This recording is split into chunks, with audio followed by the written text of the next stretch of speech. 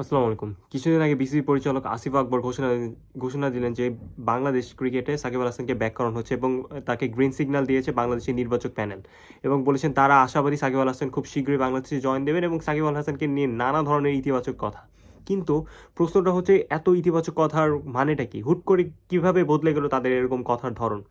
Even কিছুদিন আগেও বলেছেন যে সাকিবকে যদি আসতে হয় তাকে অবশ্যই ক্ষমা চাইতে হবে প্রকাশ্যে এবং বাংলাদেশ সরকারের অনুমতি লাগবে, হ্যান করবে ত্যান করবে। তিনি ফ্যাসিস্ট আমলের নানা ধরনের সাকিবের ইতিহাস, তার পলিটিক্যাল ক্যারিয়ার এগুলো টেনে ধরেছেন যে একজন ব্যক্তি সাকিব না, তাকে অনেক কিছুই ম্যাটার করে।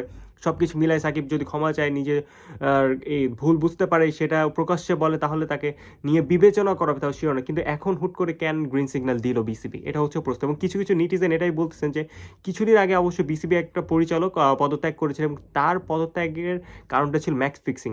বিসিবি বিপিএল এর টাইমে হিউজ লেভেলের ম্যাচ ফিক্সিং হয়েছে এবং এর অন্যতম প্রধান কারণ তিনি বলেছেন তিনি একা শুধু ম্যাচ ফিক্সিং করেন, এর সাথে সভাপতি এবং সহসভাপতি, বিসিবির চেয়ারম্যান, ভাইস চেয়ারম্যান যারা ছিল সবাই নাকি এই লভ্যের অংশটা পেত। এই ফিক্সিংয়ের যে টাকাটা ছিল তাদের টাকার একটা বড় একটা ভাগ কিন্তু এই পুরো নির্বাচক প্যানেল বা বিসিবি প্যানেলের যারা ছিল ভাইস চেয়ারম্যান তারা সবাই কিন্তু পেত। এবং এই কথাটা উঠে আসার পর কিন্তু হুট করে ধামাচাপা হয়ে যায় এবং তারপরে নানা ধরনের গুঞ্জন এবং হুট করে বলা যায় মানুষকে ব্রেন ওয়াশ করার জন্য সাকিব ইস্যুকে সামনে নিয়ে আসে। যখন সবাই সাকিব নিয়ে মাতামাতি করবে অনেকদিন যাবে, তারপরে বলবে যে সিকিউরিটি ইস্যু কারণে এবং নানা ধরনের কারণে সরকার দিতেছে না। এবং আসলে কি সরকার কি সাকিব আল হাসানকে পারমিশন দিবে? সম্ভাবনা কতটুকু?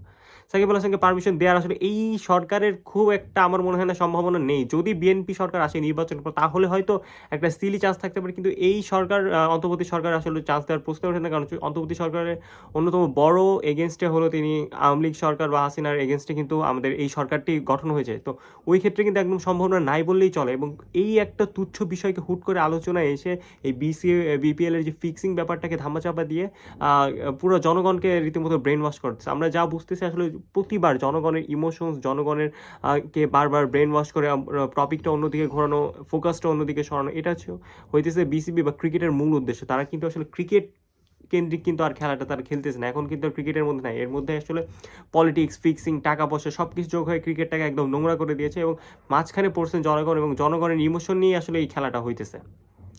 তো আপনার কি মনে হইতেছে, এটা কি আমি কি ঠিক বললাম? আসলে এটা শুধু আমি না, এবং পত্রিকায় আসতেছে এবং অনেকে কথা বলতেছে। ইভেন রিয়াসাত আজম এক ধরনের ভিডিও করেছে যে ফিক্সিং নিয়ে পুরাটা নিয়ে। তো সব মিলে আমার মনে হচ্ছে যে কোনো বড় একটা মিস্টেরিয়াস ব্যাপার হইতেছে। আমার মনে হয় না সাকিব আল হাসান আজমির জাস্ট একটা রিউমার, একটা ব্যাপারকে ধামাচাপা দেওয়ার জন্য। এটা ছাড়া আসলে আর কিছুই না।